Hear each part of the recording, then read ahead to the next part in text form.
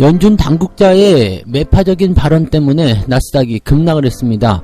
2% 넘게 하락을 하면서 마무리가 됐는데요. 일단은 금리 인상, 여기에다가 대차 대조표 축소, 자, 즉 양적 긴축을 빠르게 진행할 수도 있다라는 얘기를 할 수 있는 부분입니다. 이 브레이너드라는 사람은 연준 부의장인데 이 사람이 원래는 비둘기였거든요. 근데 이렇게 상당히 매파적으로 돌아설 수 있었다는 부분들, 또 갑작스럽다는 이야기 나오고 있습니다. 그에 따른 시장 변동성이 커지고 있는 상황인데, 자, 어떠한 배경이 있었는지 알아보도록 하겠습니다. 증권사의 ELS가 다시 관심을 받고 있다, 이런 이야기가 나오고 있습니다. ELS는 특정 범위를 벗어나지 않으면 이제 기본 어떤 수익률이 4%에서 8%대까지 제법 높은 그런 상품인데요.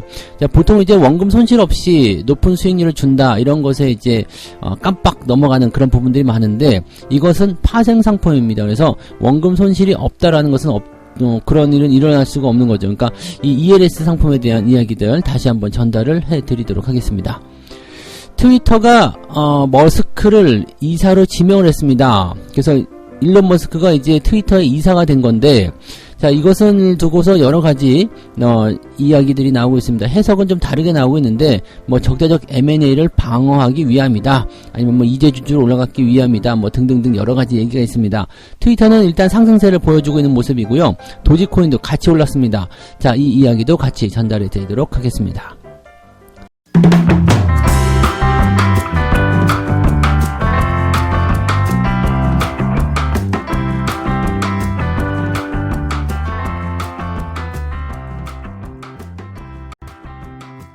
네, 반갑습니다. 오늘은 4월 6일 수요일입니다. 자, 또 한 주의 중간에 딱 걸쳐진 모습인데, 미국 시장이 심상치가 않습니다. 훅 떨어진 모습이죠. 그동안 많이 올라왔기 때문에 주가가 좀 조정받는 것은 뭐 어느 정도 인정해야 된다라고 볼 수 있는 부분인데, 자, 그 재료 내용이 그다지 별게 없는 것 같으면서도 또 좀 특별한 그런 느낌을 좀 가지고 있습니다. 자, 일단은 그 부분들 좀 봐야 될 것 같고요. 자, 다우지수가 마이너스 0.8%, 이것도 조금 많이 빠졌네요. 그다음에 나스닥은 마이너스 2.26% 빠졌습니다. 이게 장 초반 시점에서는 그다지 많이 빠지진 않았었어요. 그런데 시작하고 나서부터 쭉 밀리더니 마감까지 그냥 뚝 떨어졌죠. 제가 안 좋게 보는 것은 이 과정입니다. 뭐 이제 주가가 단 0.5%를 오르든 0.1%를 오르든 이 마이너스에서 플러스로 쭉 올라가고 있다라면 괜찮은 거거든요. 또 지수가 마이너스였다고 하더라도 낙폭을 크게 보였다가 회복이 된다면 이것은 분위기가 좋게 연결된다, 이렇게 보시면 되는데, 지금은 완전히 반대죠. 뭐 다우지수는 장 초반에 플러스가 진행되기도 했었거든요. 근데 쭉 밀려버렸단 말이죠. 이게 주가가 쭉 밀려서 끝나게 되고 마감까지 회복을 못하게 된다면 투자 심리가 크게 얼어붙는 상황이 좀 됩니다. 그리고 이것을 해소하고자 하는 어떤 재료가 나타나지 않는다면 시장 변동성이 조금 커질 수 있는 상황이 된다는 얘기가 됩니다. 그래서 지금 시장의 어떤 전체적인 어떤 분위기 자체가 조금 다운되는 그런 상황으로 가고 있다 보시면 되겠고요. 자, 여기에 대한 부분들은 그동안 주가가 많이 올라왔기 때문에 조정은 필수다, 이런 식으로 이제 판단이 되는 내용도 있을 수 있겠습니다. 특히 나스닥 같은 경우는 지금 2% 넘는 조정을 받았음에도 불구하고 14,200포인트, 아직 제법 높은 수준이죠. 그러니까 이런 부분들, 또 다우지수 34,600포인트, 이 정도면 아직 높은 수준이다라는 판단이 좀 될 수 있겠죠. 또 그리고 그동안 계속해서 단기적 상승을 보여왔었던 부분이 있었기 때문에 이런 시장의 어떤 변화들은 상승 이후에 떨어지는 자연스러운 흐름들, 그러니까 뭐 많이 오르고 조금 떨어지는 거, 뭐 이런 정도로 해석을 할 수밖에 없는 내용이 아닐까 생각합니다. 문제는 이것이 연속성을 보일 것이냐, 그런 내용이 됐는데, 재료적인 부분에서 봐서는 특별한 게 없거든요. 그래서 재료를 먼저 좀 살펴보도록 할게요. 브레이너드 이사, 이 사람이 누구냐면 이제 연준 부의장이에요. 자, 이 사람이 연설을 했는데 뭐라고 했느냐, 빠르면 5월에 대차 대조표를 축소하는 양적 긴축에 나설 수 있다. 그러니까 양적 긴축을 5월부터 나설 수 있다, 이렇게 얘기를 한 거죠. 5월부터, 즉 다음 달 FOMC에서 양적 긴축을 시작할 수도 있다, 이렇게 얘기가 나옵니다. 인플레이션의 압력 완화가 연준의 가장 중요한 임무다 라고 얘기하면서 빠르면 5월 회의에서 대차 대조표를 빠른 속도로 축소하기 시작하고 금리를 연속으로 올림으로써 통화 정책 긴축을 계속해 나갈 것이다. 자, 지금 이 얘기만 딱 듣게 되면 굉장히 무섭게 생각하는 모습이지만 우리가 다 알고 있었던 내용이잖아요. 그죠? 금리를 연속적으로 올린다. 그리고 얼마까지요? 0.5% 올릴 수 있다. 자, 여기까지 우리가 인정하고 있는 부분이고요. 그 다음에 올해 내내 금리를 올릴 수 있다. 6번 남아있는데 이 부분 다 올릴 수 있다. 거기까지도 우리가 시장이 받아들여 놓은 상태입니다. 그래서 특별할 게 없는 이슈예요. 근데 양적 긴축에 대한 부분들은 이제 상반기로 집어든다라는 내용들은 약간 이제 충격이 될 수가 있죠. 왜냐면 양적 긴축, 어쨌든 하기는 해야 돼요. 왜냐면 지금 시장에 돈이 많이 풀려있는 상태라서 금리가 올라가고 있다, 물가가 올라가고 있다, 이런 식으로 얘기가 되고 있는 부분이라서, 양적 긴축이라는 것을 이제 시행을 같이 하게 되면 그 효과가 더 빨라질 것이다, 이런 얘기가 나오는 거죠. 물가가 너무 빠르게 오르기 때문에 어떻게든 시장을 더 안정시키기 위해서는 돈을 더 빠르게 걷어들여야 된다. 이런 얘기가 되는 거고요. 중요한 거는 이 양적 긴축을 금리 인상을 시작한 지 얼마 안 된 시점에서 같이 동시다발적으로 진행을 할 것이냐. 이 부분이죠.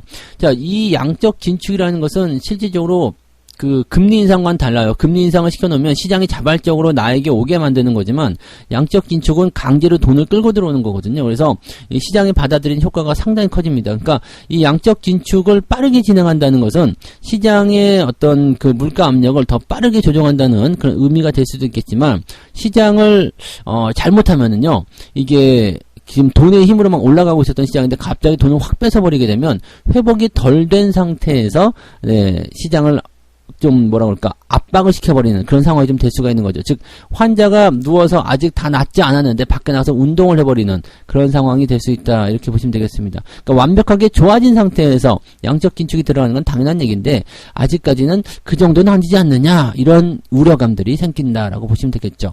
그래서 이제 국채금리도 빠르게 상승세를 보이고 있죠. 이렇게 되면 이제 금리가 더 빠른 속도로 올라갈 것이고 월 상한선은 더 커지고 시기가 더 짧아질 수 있다. 이러한 어떤 긴축의 정도가 더 커질 수 있는 상황이 될 수 있어서 시장이 거기에 반응을 하고 있는 것 같다 보여지면 되겠습니다.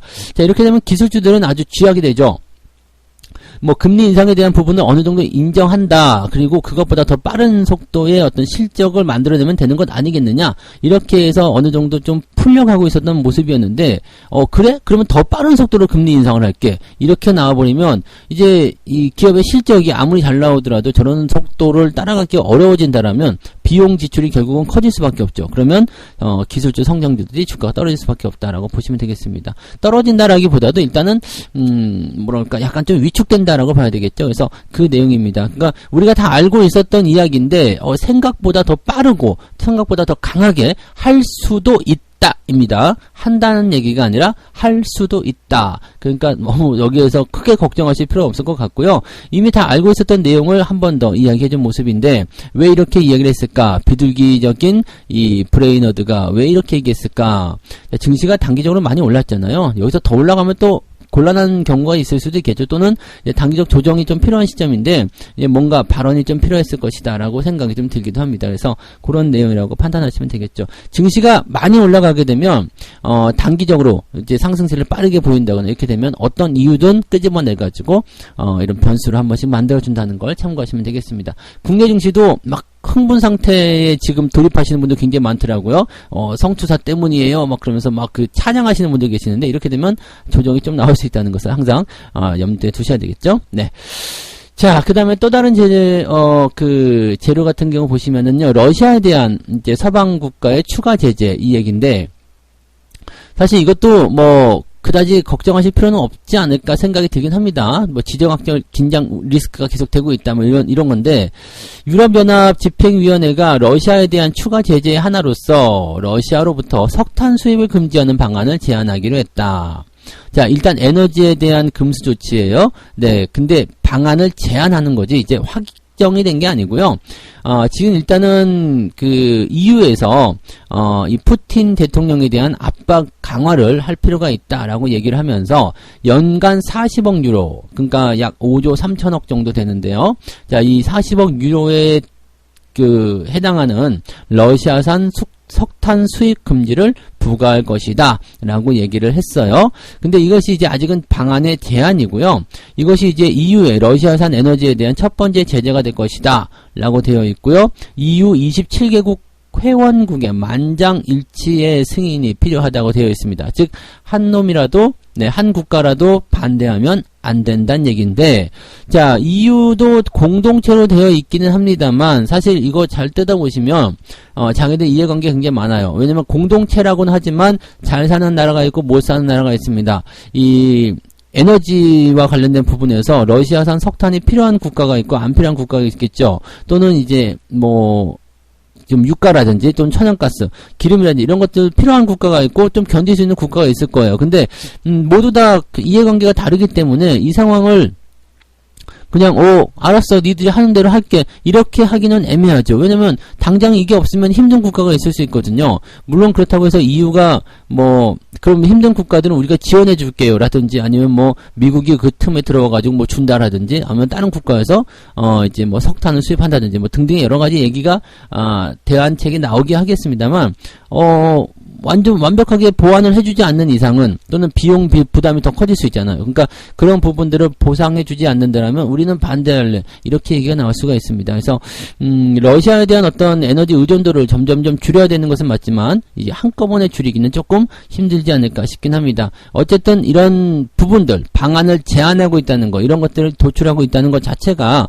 약간의 어떤 제재를 더 할 수도 있다라는 압박을 주기 위한 메시지로 전달될 수는 있기 때문에 그렇게만 의의를 가지시면 될 것 같고, 지금 이 석탄 수입 이 부분도 물론 중요한 포인트가 되긴 하겠습니다만, 유럽 국가에서의 석탄, 실질적으로 이제 당연히 필요하겠죠. 필요하긴 할 텐데, 이때 천연가스라든지 또는 기름, 이 원유 이쪽과 관련된 부분보다는 조금 이 데미지가 좀 약한 부분이 아닌가라고 생각이 좀 되긴 하겠습니다. 그래서 그런 정도 생각하시면 되겠고요. 이것도 그다지 시장을 이렇게 압박할 만한 재료는 아니었다 보시면 되겠습니다. 그래서 지금 미국 시장에 있는 재료들 살펴보시면 금리 인상, 또 러시아, 이 두 가지가 계속 나오고 있는 모습인데, 사실 악재라고 보기도 좀 그렇고, 또 어느 순간 이제 해소가 될 수 있는 그런 상황이 될 수도 있기 때문에 그다지 주가가 좀 내린 것에 대한 어떤 부분들은 변수가 좀 있었다 볼 수 있겠지만, 그냥 기술주들이 좀 과하게 반응했던 것이 아니겠는가라는 생각이 좀 들기도 하겠고요.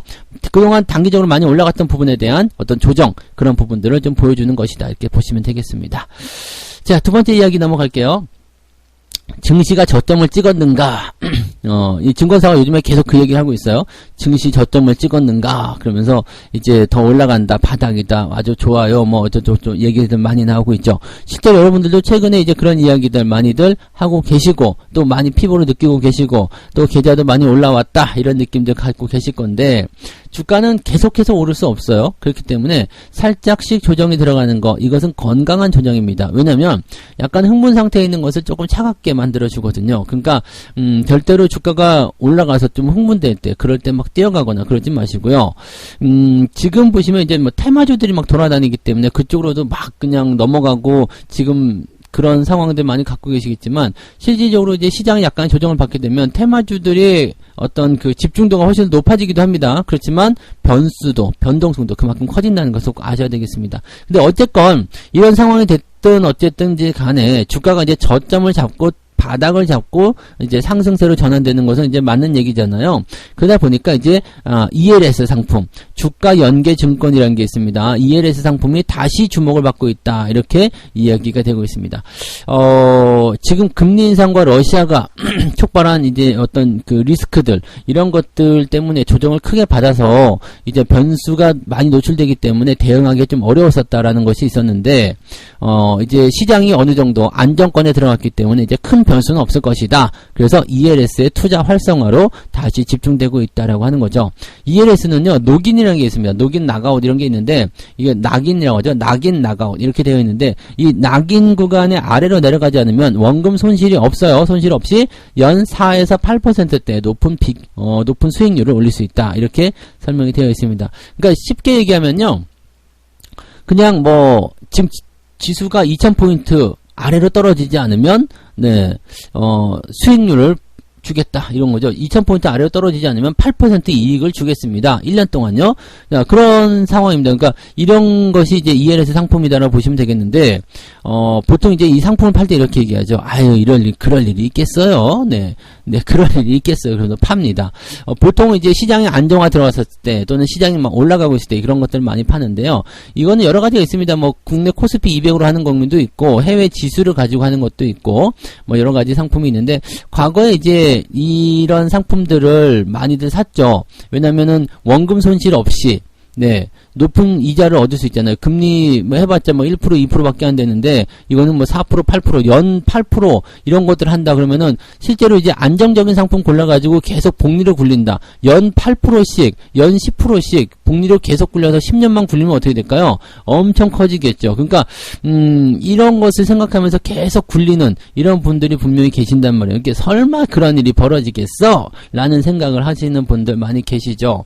또 S&P 500 같은 경우도 마찬가지고요. 지금 미국 증시 계속 올라가니까 이 S&P 500을 기초자산으로 삼는 ELS 이것도 지금 엄청나게도 많이 사고 있어요. 설마 S&P 500이 거기까지 떨어지겠어? 라는 생각. 네.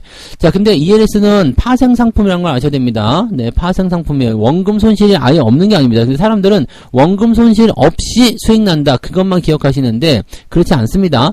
특정 범위, 일정한 범위 안에서 네, 그냥 지수가 예측한 범위대로 그 상황으로만 움직였을 때 약정된 이자를 받는 거고 그것이 이제 이 규모를 벗어나게 되면은 이제 원금 손실 구간이 발생하게 됩니다. 재수 없으면은요, 원금을 모두 다 잃어버릴 수 있는 상황이 벌어지게 됩니다.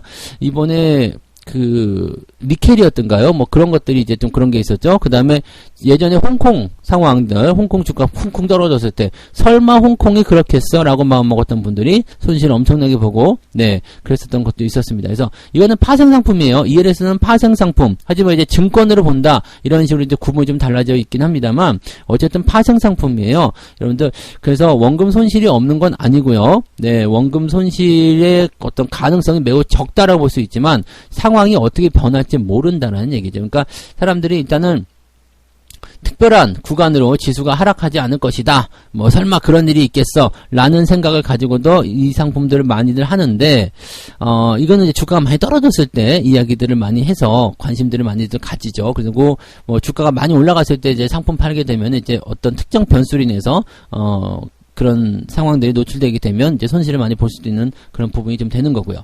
근데 뭐 지금처럼 이제 주가가 많이 떨어졌을 때는 ELS에 관심을 가지실 필요는 있겠습니다만은 그렇다 하더라도 여러분들이 조심해야 되는 것은 네, 원금 손실이 아예 없다라는 것은 아니라는 거고요. 그 다음에 여러분들이 생각하지 못했었던 그런 일들은 언제든 일어날 수 있다. 네, 전혀 생각하지 못했었던 것들, 전혀 우리가 판단하지 못했었던 그런 것들, 지금은 괜찮아 보이는 것들, 그런 것들이 어느 날 갑자기 희한하게 변할 수 있다라는 걸 여러분들이 생각하시고 가셔야 됩니다. 그래서 항상 그런 위험이 있다는 것을 꼭 명심하시기 바라고요.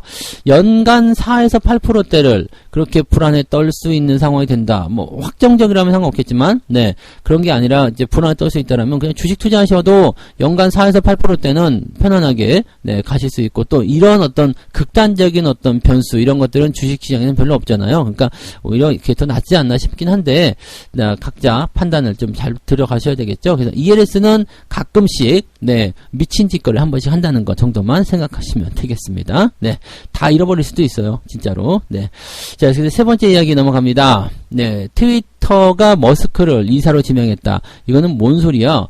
자, 머스크가 지금 트위터의 지분을 계속 사들였죠. 그래서 지금 보면 이제 최대 주주로 올라가 있어요. 뱅가드 다음으로 가장 많이, 지분을 보유한 게 일론 머스크다라고 되어 있습니다. 야, 일론 머스크를 왜 트위터가 이사로 지명했을까? 지금 이사회의 이사로 임명을 했는데, 지금 트위터의 지분 9.2%를 일론 머스크가 보유를 하고 있습니다. 이게 얼마냐면은 29억 달러. 네, 29억 달러면은, 계산해보세요. 되게 많겠죠? 네, 29억 달러. 와, 어마어마한데요? 1억 달러 정도가 돼도, 곱하기 1000을 해야 되니까. 그러니까 뭐 이게 거의 3조, 4조쯤 되는 건가요? 네, 금액이 한 그 정도 되는 것 같은데 상당히 많은 돈을 집어넣어서 트위터의 지분 9.2%를 매집을 했다. 이렇게 되어 있는 부분이 있네요. 4조입니까? 40조입니까? 아무튼 대단히 많은 돈이죠. 네. 아무튼 그렇게 돈을 좀 많이 집어넣은 상태인데 지금 이 일론 머스크가 트위터의 이사로 지명이 된 것은 적대적인 인수합병을 막기 위한 것으로 보인다라고 되어 있습니다. 그러니까 어떻게 보면 이거를 인정을 한 거지. 그러니까 트위터가 긴장을 한 거예요. 왜냐면 일론 머스크가 그걸 했어요. 얼마 전에 자기 트위터를 통해서 그 얘기를 했었죠. 내가 직접 SNS 계정을 만들면 어떻겠습니까? 라는 어떤 이야기를 흘렸단 말이에요. 그리고 나서 이제 트위터의 지분을 매입을 해버렸어요. 이제 그렇게 되니까, 물론 그 전에 보유한 것도 당연히 있었겠지만, 이제 지금 최대 주주로 빡 하고 올라서니까 트위터에서 긴장할 수밖에 없겠죠. 어쭈, 이것 봐라. 얘네가 우리를 적대적으로 살려고 하는 거 아니야? 이런 식으로 얘기가 나온 거죠. 근데 이 부분은 주주들에게는 굉장한 호재로 작용이 됩니다. 적대적 M&A 같은 경우는요, 지분을 막 사들이는 지분 전쟁이 되거든요. 그래서 내가 니네 경영권을 뺏어올 거야 라는 얘기가 되는 거라서, 이제 회사 측에서는 방어하기 위해서 주식을 막 사들이는 상황이 벌어지게 되는 거고, 공격자 측에서도 이 회사를 먹기 위해서 지분을 사들이는 거죠. 즉, 매수 경쟁이 일어나기 때문에 주가가 크게 뛰게 됩니다. 실제로 트위터가 큰 폭으로 상승을 했었죠. 그런 부분들이 이제 지금까지도 연결되고 있다 보시면 되는 겁니다. 이게 어제 같은 경우가 27%, 그저께죠. 그저께가 27% 정도 폭등했었고요. 그 다음에 어제는 기술주들이 폭락을 했음에도 불구하고 지수가 나스닥이 2% 넘게 하락했잖아요. 그런데도 지금 이 트위터 주가는 2% 상승을 또 해버렸습니다. 그래서 $50를 넘겨버리는 모습 이렇게 만들어졌어요. 그러면서 이제 도지코인도 같이 지금 14%대, 10%대 넘게 상승하고 있는 모습이기도 하고요. 아주 그냥 일론 머스크가 주가를 이거 뭐 조작을 하긴 좀 그렇고 주가를 만들어가는 거에 아주 뭐 그냥 막 진심인 것 같아요. 그냥 이런 부분들은 진짜 언론 플레이들, 사실 이런 것들은 조금 좀 지양해야 되는 부분이 좀 있는데, 지금 하여튼 대단하긴 하다라고 생각이 좀 들기도 하네요. 이렇게 먼저 이야기 흘리고, 그 다음에 트위터 지분 매입, 그리고 트위터의 이사 지명까지, 이게 일사천리 이루어지는데요. 이게 진짜 천재인가라는 생각이 좀 들기도 하죠. 아무튼 이제 관련 종목군들이 이렇게 올라가고 있는 모습인데, 그러면 이제 정말 사도 되는가? 그래서 지금 사요? 어째요? 뭐 이런 부분이 있죠. 근데 도지코인과 같은 부분들은 이거 뭐 올라가는 거는 그냥 머스크하고 연결되는 부분이어서 또 올라갔다 내려갔다 하겠습니다만, 이거 사람들이 그렇게 만들어가는 거겠죠. 그래서 이거는 뭐 크게 의미는 없을 것 같고, 대신에 이제 트위터 같은 경우는 실제로 이제 머스크의 속내가 있었기 때문에 적대적 M&A 이슈에 시달리게 된다라면은 분명히 주가 상승은 더 일어날 것 같습니다. 그래서 그런 부분까지도 우리가 생각해 보실 필요는 있겠죠. 다만 이제 나 그럴 생각은 없어요. 나 너희들의 어떤 그 적대적 M&A를 생각하고 있지는 않습니다. 라는 식의 어떤 얘기가 나온다든지 아니면 지분을 다시 뺀다든지 이렇게 나오게 된다라면 트위터는 다시 원상복귀가 되겠죠. 근데 이 적대적 M&A에 대한 이 부분은 확실히 주가를 끌어올리는 가장 강력한 효과가 된다라는 거 보시면 될 것 같고요. SNS 관련한 부분은 요즘에 뭐 메타, 페이스북 같은 경우도 굉장히 좀 조용조용한데 트위터가 갑자기 또 뛰어오르고 있어서 관심도 좀 집중이 되고 있는 모습이긴 하네요. 자, 근데 기술주들 움직임들 아직까지는 뭐 지금 정상화되었다라기보다도 약간 고평가에 대한 논란들이 굉장히 많기 때문에 현재 이렇게 단기적인 어떤 변수에 대해서는 여러분들이 조심을 좀 하셔야 되겠죠. 그래서 이런 상황들이 있다는 것 정도만 좀 아시면 되겠습니다. 그래서 뭐 산다, 만다, 또 뭐 앞으로 전망이 어떻게 될 것인가 여기에 대한 부분보다도 지금 일론 머스크가 참 이런 것들을 쥐고 흔드는 거 보면 대단하다라는 생각을 좀 해보시면 될 것 같아요. 확실히 돈의 힘 이렇게 봐야 되나요? 좀 아무튼 그런 부분들이 좀 있었다는 거 참고하시고요. 도지코인 올라간다고 해서 뭐 여기에서 돈 빼가지고 다 도지코인 넘어가야 되겠다 이렇게 생각하지 마시고요. 트위터 같은 경우만 적대적 M&A에 대한 이슈를 통한 주가 상승이 일어날 수도 있다. 이 정도 생각하시면 되겠습니다. 자, 그래서 오늘 이렇게 세 가지 이야기 전달해 드렸고요. 연준의 갑작스러운 매파 발언에 의해서 나스닥이 급락을 했는데 이 부분들은 이제 단기적으로 그동안 올라왔기 때문에 잠깐의 조정을 받는 것이다 정도로 생각하셔도 괜찮을 것 같아요. 뭐 아직까지는 그런 것 같습니다. 뭐 지금 재료로 봐서는 금리 인상, 그다음에 러시아 이 두 가지 재료밖에 없기 때문에 아직까지는 단기 상승에 대한 조정 이 정도로 해석하시는 게 맞는 것 같고요. 증권사 ELS가 다시 관심 집중을 받고 있는 상품으로 떠오르고 있는데 시장이 많이 하락했기 때문에 더 이상 이제 빠질 데가 없다 이런 식으로 해서 판매가 많이 되고 있는 것 같습니다. 일단 그렇게 생각하셔도 괜찮을 것 같기는 하다고 생각이 들긴 하는데 낙인 같은 경우는 이제 뭐 특정 구간 떨어지는 부분 뭐 이렇게 생각하는 것도 있겠지만 ELS 상품 중에서는 이제 그 원금 보장을 좀 크게 작용을 부각을 시키면서 원금 보장되면서 에휴 설마 그렇게까지 되겠어요. 그렇게 되면은 손실이 좀 발생할 수 있어요. 이 정도로 상품 판매하는 경우가 많거든요. 근데 원금을 다 잃어버릴 수도 있다는 거, 그것을 꼭 명심하시기 바랍니다. 손실 제법 크게 나올 수도 있어요. 그러니까 이 ELS는 파생 상품이라는 거 정도는 알고서 하자. 그 부분 말씀드렸고요. 자, 트위터가 머스크를 이사로 지명을 하게 되면서 이제 적대적 M&A에 방어가 나가는 모습이다, 이렇게 되어 있습니다. 지금 뭐 이런 상황으로 되면 일단은 일론 머스크의 어떤 SNS 계정 뭘 하나 만든다, 회사를 세운다 뭐 등등에 대한 부분부터 해서 트위터가 긴장하고 있다는 것이 어느 정도 느껴지는 부분이겠죠. 그러면서 이제 도지코인도 같이 올라가는데 이렇게 파생되는 부분들은 신경 쓰지 않으셔도 될 것 같긴 하고요. 뭐 그건 이제 그들만의 리그가 되겠죠. 그들이 이제 코인을 다루시는 분들의 그런 상황이니까 그렇게 보시면 되겠고, 트위터만 놓고 보면은 적대적 M&A에 이제 어느 정도 반응하고 있다는 얘기이기 때문에 이런 식으로 간다라면 적대적 M&A 이슈는 주가를 상승시킬 수 있는 요소가 된다. 그 정도까지 생각하시면 되겠습니다. 네.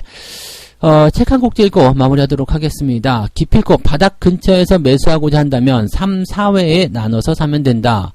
그리고 5년 정도 보유하고 싶은 기업의 주식이라면 폭락할 때 웃는 얼굴로 매수를 하면 된다. 두 개 다 되게 어려운 거죠. 바닥일 때 몰빵 치고 싶은 생각 들잖아요. 왜냐면 가장 싸다고 생각되는 구간이니까. 여기서 분할 매수하기 싫죠.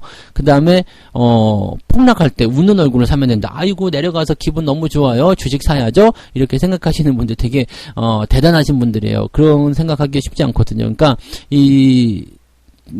좋은 기회, 좋은 주식, 싼 가격 이런 것들은 전부 다 내가 뭔가 고통, 고난, 걱정 그것과 싸워서 이겨내야지만이 얻을 수 있다라는 것을 이야기해 드릴 수 있는 거죠. 자, 시장이 또 오늘 약간 변수도 보이고 또 걱정거리를 다시 만들어낼 수도 있겠습니다만 항상 또 지나가는 과정이다라고 생각하시면서 잘 넘어가시면 되겠고요. 국내 증시도 뭐 그렇게까지 민감하게 반응을 보일 것인가 라는 부분에 대해서는 아직은 회의적이죠. 그래서 너무 걱정은 하지 않고 행하시면 되겠습니다. 자, 시장 상황 보면서요. 저는 장중 시황으로 다시 돌아오도록 하겠습니다. 고맙습니다.